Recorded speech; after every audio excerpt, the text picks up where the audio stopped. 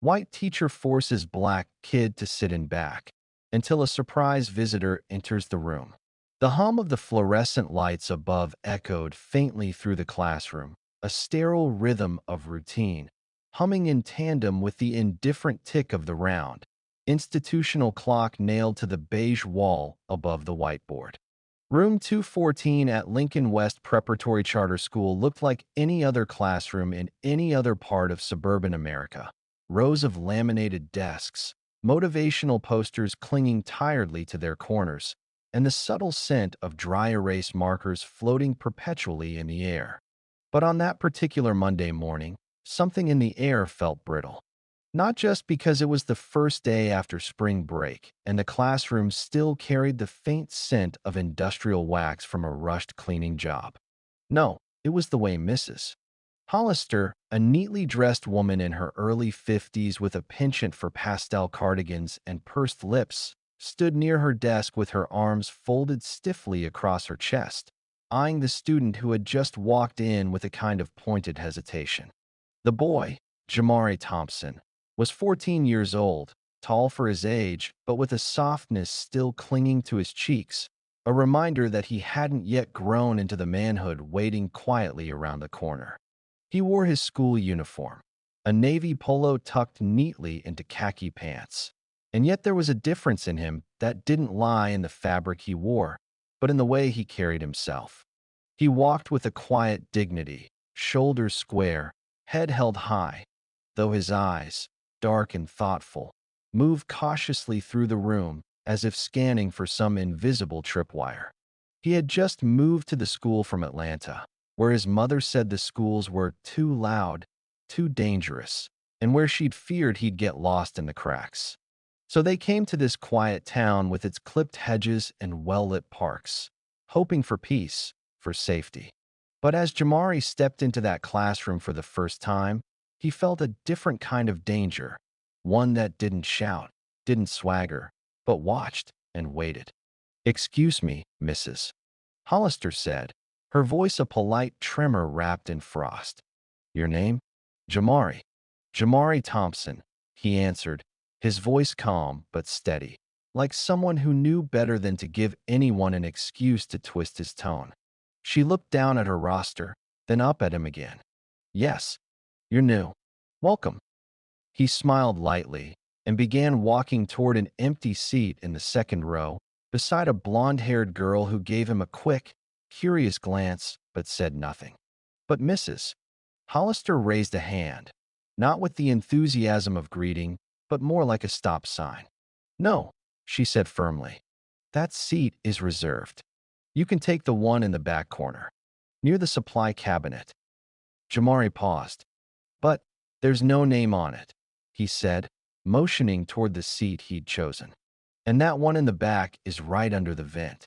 My mom said, "The back seat, Jamari," she said again, more sternly now, her eyes not unkind, but immovable in a way that said the conversation was over before it had begun. "Please." The class had gone quiet. A few students exchanged glances. One boy even whispered something and chuckled, but Jamari didn't turn to look. Instead, he pressed his lips together, adjusted the strap on his backpack, and walked slowly to the back corner, where the seat seemed to lean slightly forward, as though it too were uncomfortable in its position. He sat down, resting his elbows on the desk. He didn't slump. He didn't sulk.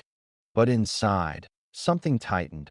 A thread of dignity pulled taut across his chest, reminding him this wasn't the first time he'd been treated like a shadow. The lesson started. It was world history, a subject Jamari actually liked. But today, the words about ancient trade routes and empires passed over his head like a distant wind. He couldn't focus. Not with that same faint voice in the back of his mind, the one he thought he'd left behind in Atlanta. "Don't cause trouble. Don't make noise. Don't give them a reason." After class, he waited for most of the students to clear out before he approached her desk. "Mrs. Hollister," he asked softly. She didn't look up right away, busy arranging a stack of papers that didn't really need arranging. When she finally did, her smile was tight, rehearsed. Yes, Jamari. I just wanted to ask why I had to sit in the back. I wasn't trying to be disrespectful. I just thought maybe. Now, Jamari, she interrupted, her voice still wrapped in that kind of teacherly warmth that never quite reached her eyes. Some students need more time to adjust. Sitting in the back can help avoid distractions. It's for your benefit. My benefit? He asked, a little sharper now. Yes, she replied. You'll thank me later. But Jamari didn't thank her. He turned and left the room, his knuckles white against the strap of his backpack. That night at home, his mother, Monica, noticed how quiet he was over dinner. You not gonna eat that? She asked, nodding at the mashed potatoes still untouched on his plate. Not hungry. School okay? He paused. It's fine. But when she pressed, he said, the teacher made me sit in the back. Wouldn't let me sit anywhere else. Monica narrowed her eyes. Did you ask why? He nodded. She said it's better for me. To adjust. Adjust to what? She muttered, her voice low. To being invisible? The next morning, Monica made a phone call. She didn't raise her voice. She didn't shout. But her words were careful and clear, the kind that made people pause. And by third period, something happened that no one in room 214 expected. Just as Mrs. Hollister was preparing the projector for the next history lecture, the door creaked open. A man stepped in, tall, dark suit, quiet shoes. His face was familiar, not just because it was calm and handsome, but because it had been on the news, on posters, on campaign flyers. Every student's head turned. Even Mrs. Hollister's hands froze mid-click on the mouse. The man smiled faintly. Good morning, he said. I'm here to observe. I'm a friend of Jamari's mother. And just like that, the air changed. The hallway buzzed with idle conversation, the echo of sneakers squeaking on the freshly waxed floor, and the occasional clang of a locker door slamming shut. Jalen walked slowly, dragging his feet in a rhythm that mimicked the weight in his chest. His mother's words echoed in his mind, soft and firm. You walk in there proud. You are not less than anyone. But it was hard to believe when every hallway poster, every framed portrait, and every administrator's gaze seemed to whisper the opposite. When he opened the classroom door, the mood shifted. Ms. Whitmore looked up from her desk with that tight smile that didn't quite reach her eyes. She adjusted her pearl necklace, then her glasses, and gestured vaguely toward the back of the classroom. Same seat as yesterday, Jalen, she said, her tone clipped but sugar-coated. Let's not waste time rearranging the room. Jalen paused in the doorway, one hand still on the knob. Every head turned. Some kids smirked. Others looked away, pretending not to notice. He wasn't causing a scene, and yet somehow, just by standing there, he was one. But Ms. Whitmore, Jalen started, careful with his tone. There's an empty seat up front next to Ethan. I can actually see the board from there. She exhaled, a slow, deliberate breath. Jalen, we've been over this. That seat is already assigned. Please go to your seat. We have a schedule to keep. Ethan shifted uncomfortably. He looked like he wanted to say something. His eyes flicked between Jalen and the teacher, but he didn't. No one ever did. Jalen sat down in the very back, next to the supply closet, beneath the flickering overhead light that made reading a nightmare and made his head throb by lunch. Class dragged on, the way it always did. Ms. Whitmore droned about American history, but Jalen barely heard her. The words blurred into the background, like static noise behind the buzz of injustice. He tried to take notes, but the text on the board was barely legible from his seat, the markers faint, the angle bad, the glare from the window blinding. He raised his hand twice. Both times, she didn't see it. By the third time, he didn't bother. When the bell rang, Jalen stood to leave, but Ms. Whitmore's voice sliced through the air. Jalen, stay a moment. He froze. His stomach clenched. Yes, ma'am. She closed the classroom door behind the last student, then turned, folding her arms. I know it may feel unfair, she said, but some students learn better when they're not distracted by the front row. It's nothing personal. You're bright, but you have a certain energy that can throw the rhythm off. Jalen blinked. A certain energy? She nodded. It's not a bad thing, necessarily, but it's noticeable. Jalen's fists clenched at his sides. Not loud, not defiant, not aggressive. He repeated the mantra in his mind like armor. I'm here to learn just like everyone else. And I'd learn better if I could see and hear clearly. Her smile returned, brittle as cracked porcelain. Well, I'll consider your request, but I also have to do what's best for the whole class. Jalen left the room feeling smaller than when he'd walked in. But the next day, everything changed. It started normally. The bell rang. Kids filed in. MS. Whitmore adjusted the projector. Jalen took his seat in the back, prepared to endure another hour of squinting and invisibility, until the door creaked open again. Everyone turned. And there, standing in the doorway, tall and composed in a tailored gray suit, was a man none of the students recognized, but Jalen did. His mother had shown him pictures of this man. His face was all over the news a few years back. And now, here he was, in his classroom, holding a clipboard and a Department of Education badge. MS. Whitmore paled. Good morning, the man said, his voice calm but firm, filling the room with quiet authority. I'm Dr. Maurice Langston. I'm conducting an equity observation today. MS. Whitmore stammered a response, but he was already scanning the room, his eyes landing on Jalen in the back, then on the empty seat up front. Is there a reason, he asked coolly, why this young man is seated in the least visible spot in the room when a better seat is clearly available? The room went still. MS. Whitmore hesitated, then launched into a flurry of justifications. Something about seating charts, classroom flow, personalized learning styles. But Dr. Langston raised a hand. I'll be observing quietly, he said. Please proceed as usual. And as MS. Whitmore turned reluctantly back to the board. Jalen caught Dr. Langston's eye. The man gave a small, almost imperceptible nod. Something was about to change. The following day at Westwood Elementary arrived cloaked in gray skies and low-hanging clouds that mirrored the tension in the hearts of those who walked its halls. Jeremiah walked slowly through the school's front doors, his fingers tightly gripping the strap of his backpack, his eyes cautious, flickering from one student to the next. The incident with MS. Hawthorne had made him the center of quiet whispers and sidelong glances, not because he had done anything wrong, but because he had stood out, and some people, it seemed, didn't know how to handle that. Despite the inner weight he carried, he still smiled politely when a girl from his math class waved at him timidly.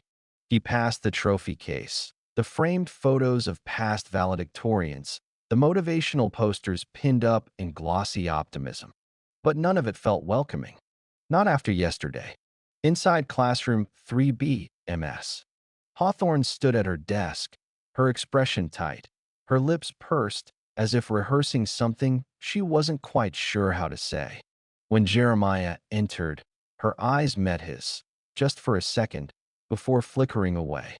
Without a word, she pointed again to the same seat in the back, near the supply shelf and the flickering overhead light. Jeremiah hesitated. But this time, instead of heading straight for the back, he stood by the front row desk he had occupied the week before. It was still empty. MS. Hawthorne's voice, sharp and brittle, broke the silence. Jeremiah, you know your assigned seat. I do, he said calmly, his voice steady but quiet. But I think there's been a mistake. She blinked. There hasn't. Your seat is where I said it is. A few students stirred in their chairs, some confused, others quietly watching, waiting to see what would happen next. Jeremiah opened his mouth to speak again, and then, quite suddenly, the classroom door opened with a soft click. All heads turned. Standing in the doorway, dressed in a crisp navy blazer, was a tall woman with warm brown skin, short natural curls, and the kind of presence that made everyone in the room sit a little straighter without even meaning to. Her eyes were sharp, intelligent, and kind all at once. "Good morning," she said, stepping in with purpose but grace. "I'm Dr. Angela Freeman. I'm here on behalf of the district's Equity and Inclusion Initiative." MS. Hawthorne's mouth opened slightly, but no words came out at first. I. I wasn't informed we were expecting anyone today. Dr. Freeman smiled politely. "That's because I requested this visit quietly. Sometimes the most honest insights come when no one's rehearsed." Jeremiah's eyes widened. He recognized her.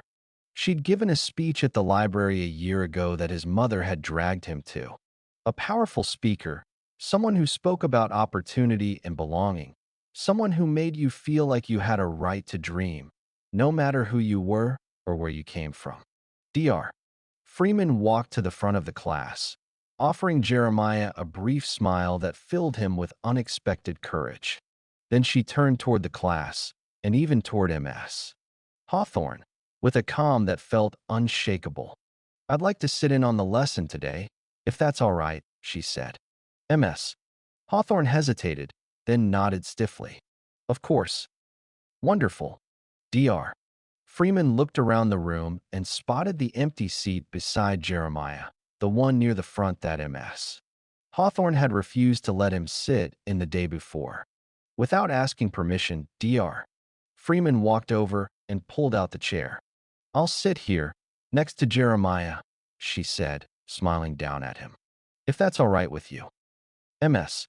Hawthorne's jaw clenched, but she said nothing. The rest of the lesson passed with heavy air, MS. Hawthorne stumbling through her material, clearly rattled by the presence of the visitor. But Dr. Freeman remained engaged, not disruptive, just attentive.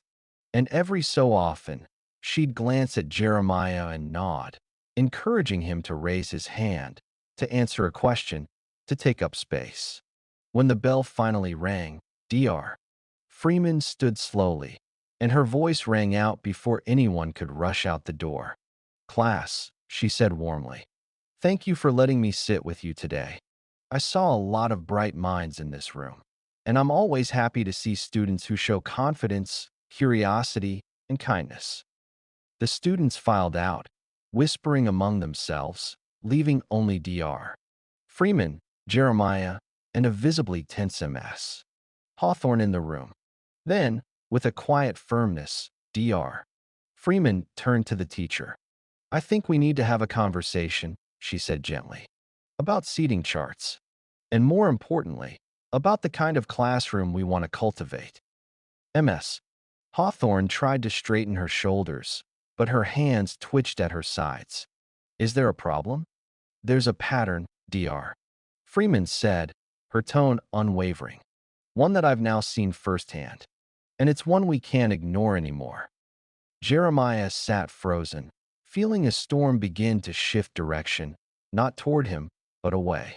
For the first time in days, he let out a slow breath. Someone had seen him. Someone had said, without apology, "You belong." The following Monday arrived cloaked in a thick tension, not just in Elijah's household, but in the very air of the school itself. MS. Whitmore had returned, impeccably dressed as always, her silver necklace gleaming under the fluorescent lights. But something had shifted.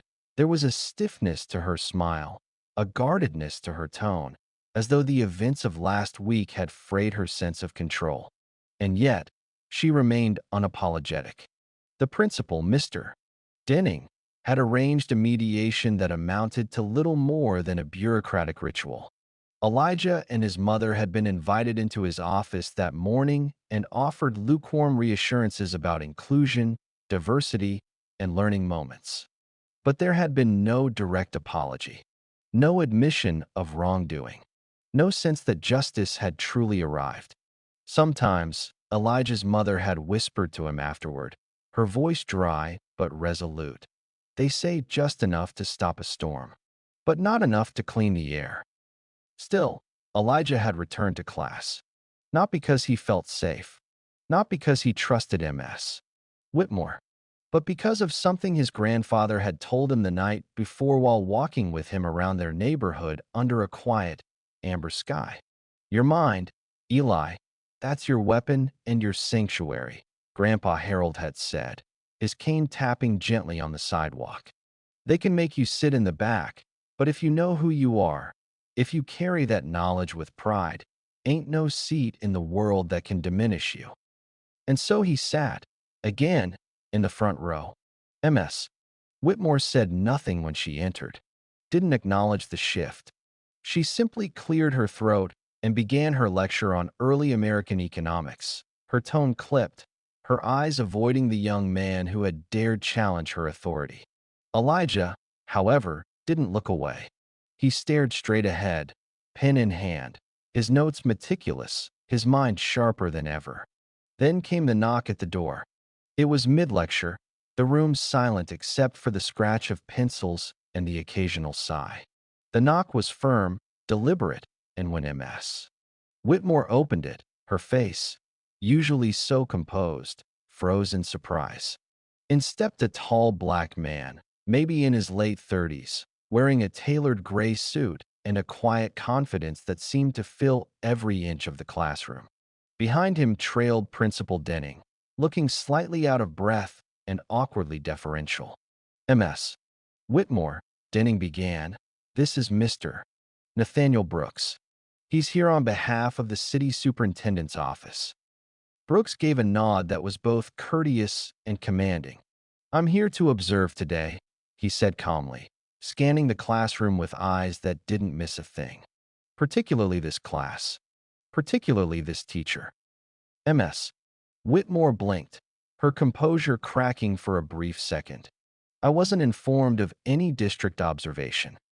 That's by design, Brooks said, walking to the back of the room where a desk had already been prepared for him. We've received several concerns regarding classroom equity. I like to see for myself. A quiet murmur rippled through the students. Elijah didn't move.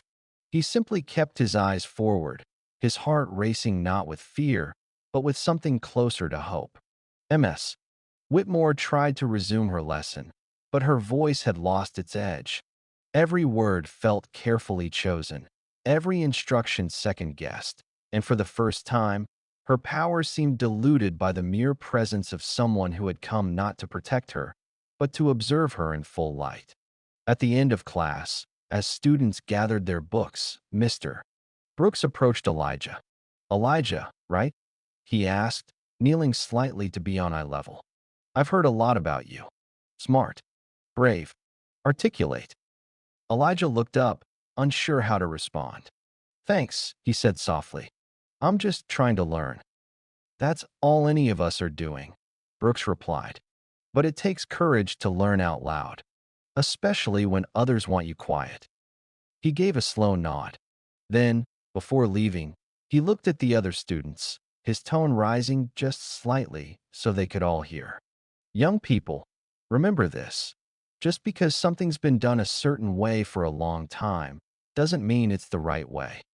And with that, he left, his presence like the sudden clearing of a sky after a long storm. The classroom was silent for a beat. Then MS. Whitmore, her jaw set tightly, gestured to the door. Class dismissed. But the students didn't rush out this time. They looked at Elijah, some for the first time with real respect, others with curiosity, and a few with quiet shame. Something had shifted. Not completely, not forever, but undeniably. And for Elijah, it was enough to believe that part of the system, just a small part, had finally started to listen. The auditorium fell into an almost sacred hush, the kind of silence that feels so loud it vibrates in your chest. Mrs. Green's eyes, once so stern, so full of quiet judgment, now shimmered with a vulnerability that hadn't graced her in years. Principal Wexler stood just a few feet away, arms crossed, his expression unreadable, though the tightening of his jaw betrayed the war brewing inside him. And there stood Miles, hands clenched at his sides, a boy only in age, but with the gaze of someone who had seen too much too early. Next to him stood Mrs. Langston, her presence as commanding as ever, as if the years had only sharpened the blade of her resolve. She didn't say a word. She didn't need to. Mrs. Green, she began after a pause thick enough to slice through, her voice low and weighty. I came here not to embarrass you, not to shout or condemn, but to remind you, and every child watching, that history never sleeps. It sits beside us, in every classroom, at every desk, and it remembers everything. Mrs. Green swallowed. I, I never meant to. But you did, Mrs. Langston interrupted softly, but firmly. You may not have meant harm, but harm was done. And intention doesn't erase the bruise. The room remained suspended in that truth. From the back, another student stood up, then another, and another. Slowly, the kids, black, white, brown, shy, tall, quiet, outspoken, began walking toward the front of the room, placing their hands gently on Miles's shoulder, one after the other. It wasn't loud. It wasn't dramatic. But it was powerful. And Mrs. Green, as she stepped back. Later that afternoon, Miles sat outside beneath the wide oak tree near the track field, staring up at the golden light filtering through its branches. The air was warm but kind, filled with the scent of grass and possibility. His mom sat beside him, her briefcase now tucked under the bench, her heels kicked off, toes nestled in the cool earth. You know, she said, brushing a hand over his tight curls, when I was your age, I had a teacher just like Mrs. Green, maybe worse. Yeah, he asked, eyes still on the sky. But no one stood up for me, she said. Not like you did. Not like your classmates did. That means the world's already changing. And that change started with you. Miles didn't say anything for a long time. He just nodded, a small, thoughtful movement, and leaned his head on her shoulder. Monday morning brought an unexpected sight. Mrs. Green stood at the front of the class, beside the whiteboard, where usually there was nothing but dry erase scribbles and the day's date. But today, there was something else. A photo. It was of Miles, standing with Mrs. Langston, holding a small, handwritten sign that said, "Every seat is the front when every voice matters." The class sat down slowly, quietly. Mrs. Green cleared her throat, voice a bit hoarse. Today, I want to begin with a story. It's about a teacher who made a mistake, and a student who had the courage to teach her something far more important than what's in the textbooks. Miles blinked. Then slowly, almost imperceptibly, he smiled.